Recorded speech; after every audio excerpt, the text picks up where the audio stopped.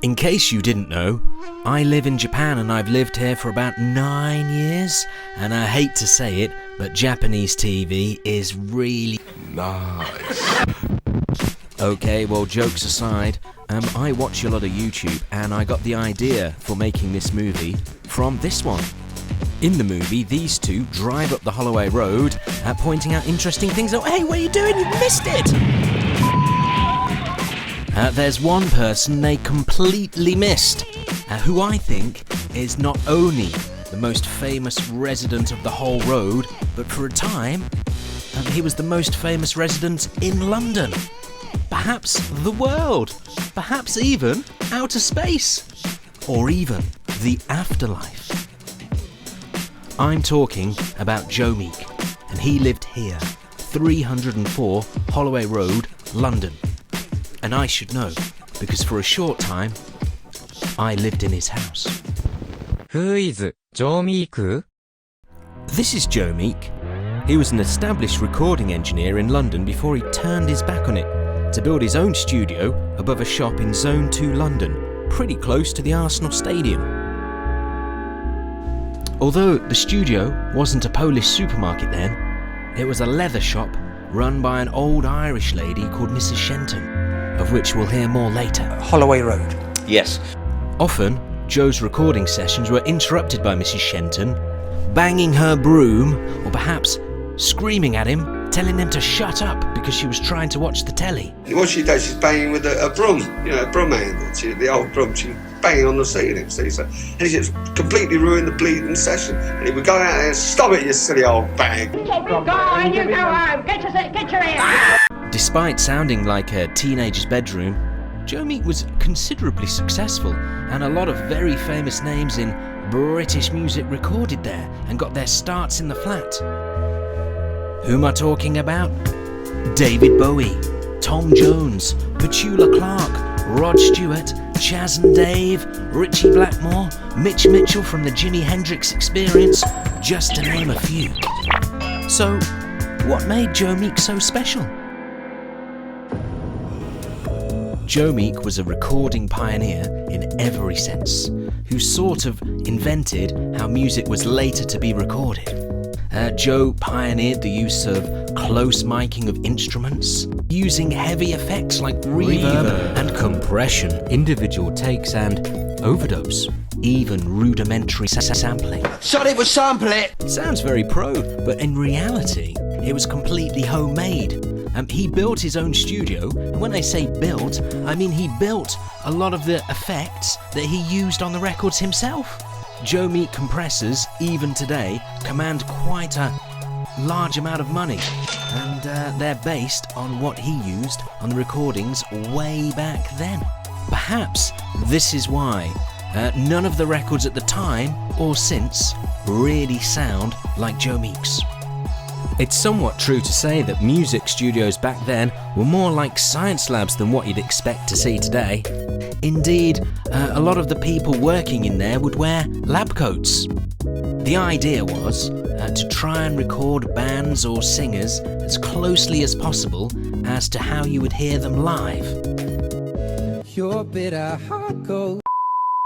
Although he's talking about Chess Records, this quote from Jeff Beck kind of explains how musicians at the time thought about British recording studios.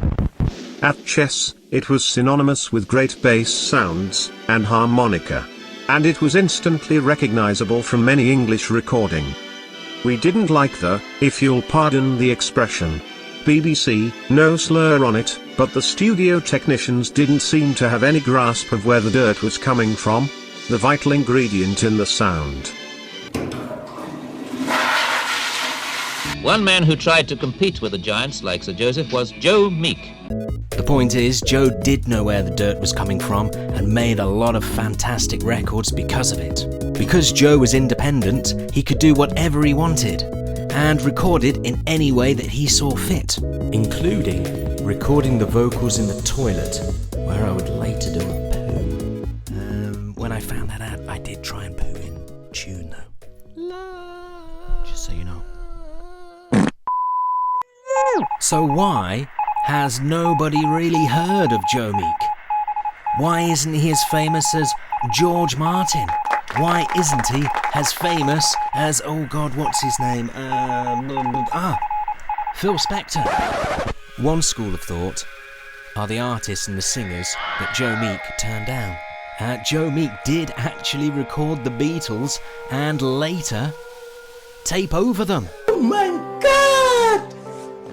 Another famous music producer at the time, Phil Spector, actually rang Joe up. It didn't go very well though. Phil Spector's on the phone. He went, "Oh, is he?" Next ran downstairs, ranting and raving and telling him he was just this and that and he was a thief and all that, and all of a sudden, bang, he actually smashed the phone, putting it down, "You stole all my ideas." Perhaps even more brilliantly, a young Rod Stewart went to record at 304 Holloway Road, but Joe really didn't like his voice and started screaming at him for about 15 minutes until Rod Stewart stopped singing, gave up and left. Some people have gone on to say that Joe Meek was a musical moron for things like this. Musically, he was a moron. I mean, he didn't know the difference between a crotchet and a hatchet. All I ask is try to forgive me. I'm as blue as can be. I think these people have completely missed the point. Why? Well, Joe Meek was far from a failure. It's not like the guy didn't have any hits in his lifetime. This was his first number one, and that was when number ones actually meant something. And of course, there's his monumental worldwide smash, Telstar. Telstar was the first record from Britain to be number one in America. America! Perhaps without this record, the later British invasion of the 1960s, Beatles, Kinks, Rolling Stones, etc., might not have happened. It's pretty amazing to think how he made that song, that intro, with equipment from 1962.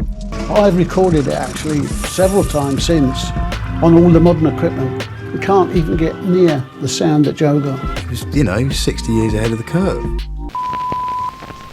So, after Telstar, Joe Meek was rich and famous and lived happily ever after, right? Fun fact. No. While I'm no doctor, Joe Meek clearly had a lot of mental health issues, depression, bipolar disorder, maybe even schizophrenia. On top of that, Joe was almost certainly homosexual, and at that time in the UK, that was totally illegal. Look at this picture. It's probably the most famous picture of Joe Meek, and if you look at it, you'll notice he's wearing those dark glasses, and you're probably thinking, oh, he's doing that to look cool, or maybe it was a 60s thing, but you'd be wrong. That was actually him trying to disguise himself so he wouldn't be blackmailed for being gay.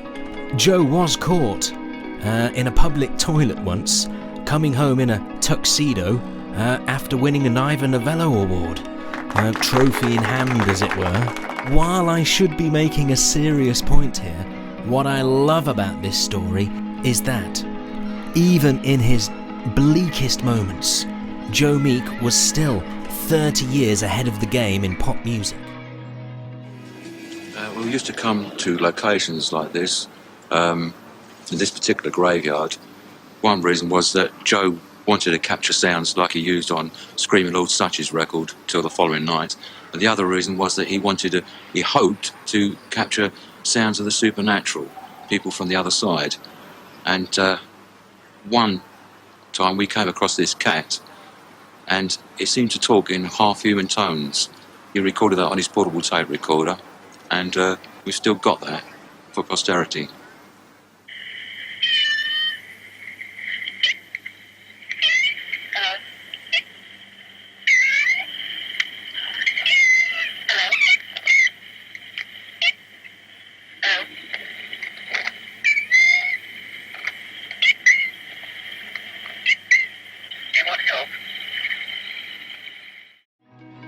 The death of Joe Meek is sadly just as famous as his life.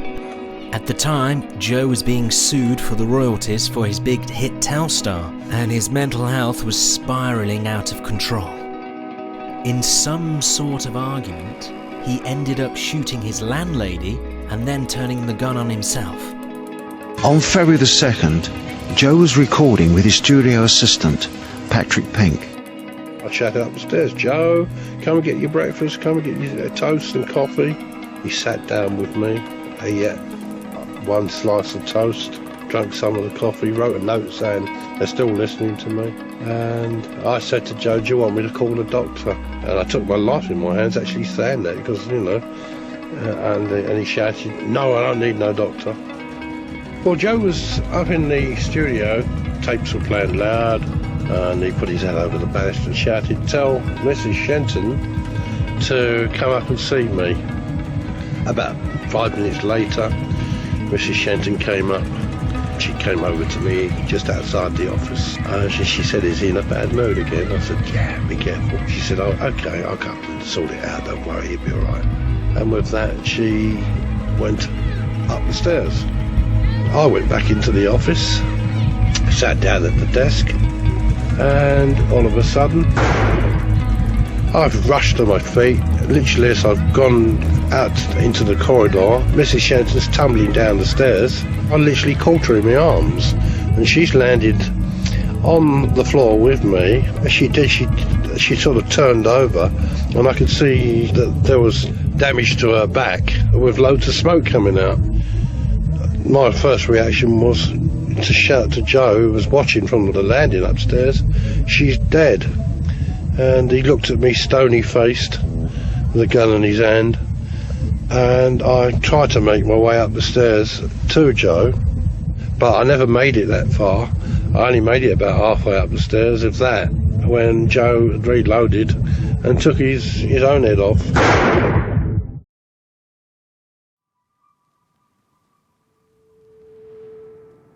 I didn't live at 304 Holloway Road for very long, between 6 and 12 months. When I moved in, I actually had no idea about the apartment's history, about Joe Meek ever being there. In fact, I only found out when a friend wrote to me and said, "Do you have any idea where you live?" And I had to tell him that I didn't. After I discovered this, I started searching around and I saw there was a black plaque above the door. This was set up by an appreciation society. It kind of looks like one of those English heritage plaques. But to be honest, why Joe Meek and his studio is not English heritage, I have no idea. Other than the plaque, there was very little to give away what the apartment was before. Joe Meek's control room, that had become the kitchen. Where I was living, that was his bedroom upstairs, and just across were the famous tea chest room, which you'll hear a bit more about later. The big room where he recorded all the music, that was occupied, but when the person moved out, the landlord forgot to lock it up, so I did get to go in and have a look at it. And, yeah, very, very strange.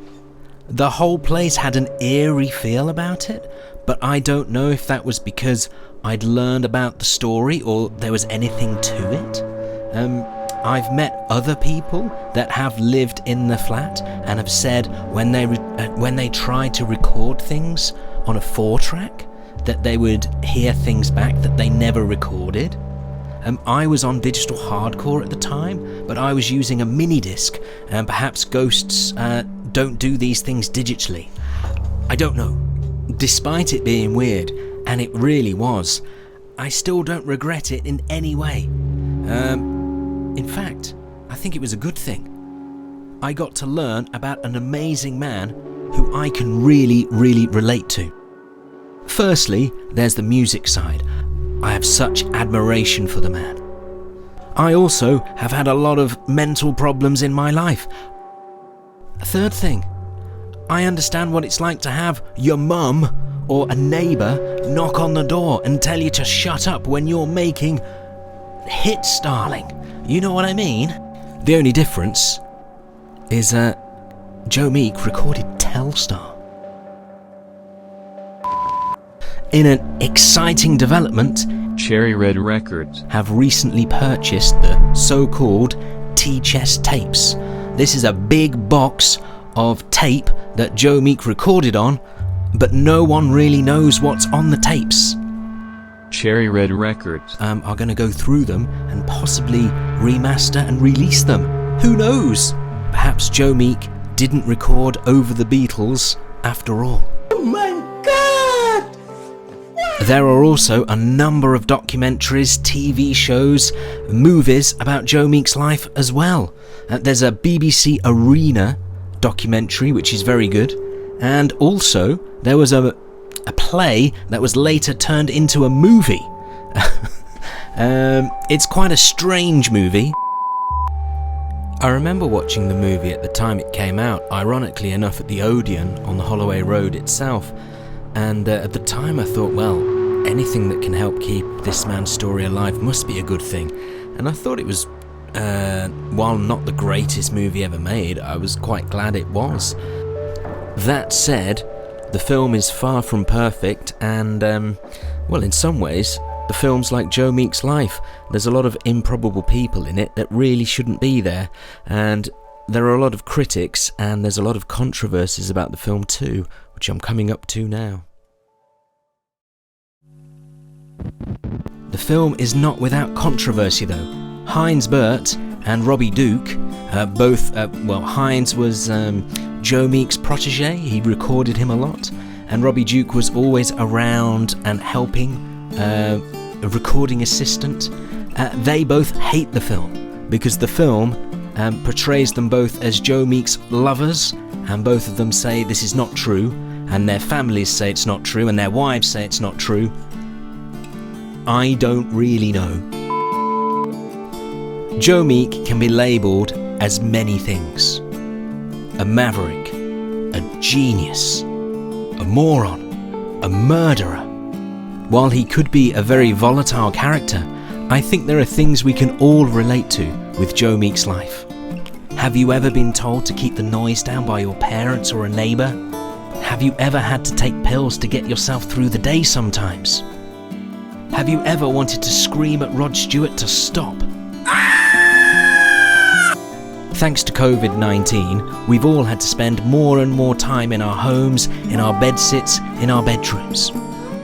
However, Joe Meek, in his, created Telstar, and that was in 1962. Joe Meek was a true one-off, and in a more and more Amazoned world, perhaps that's something we should really, really cherish.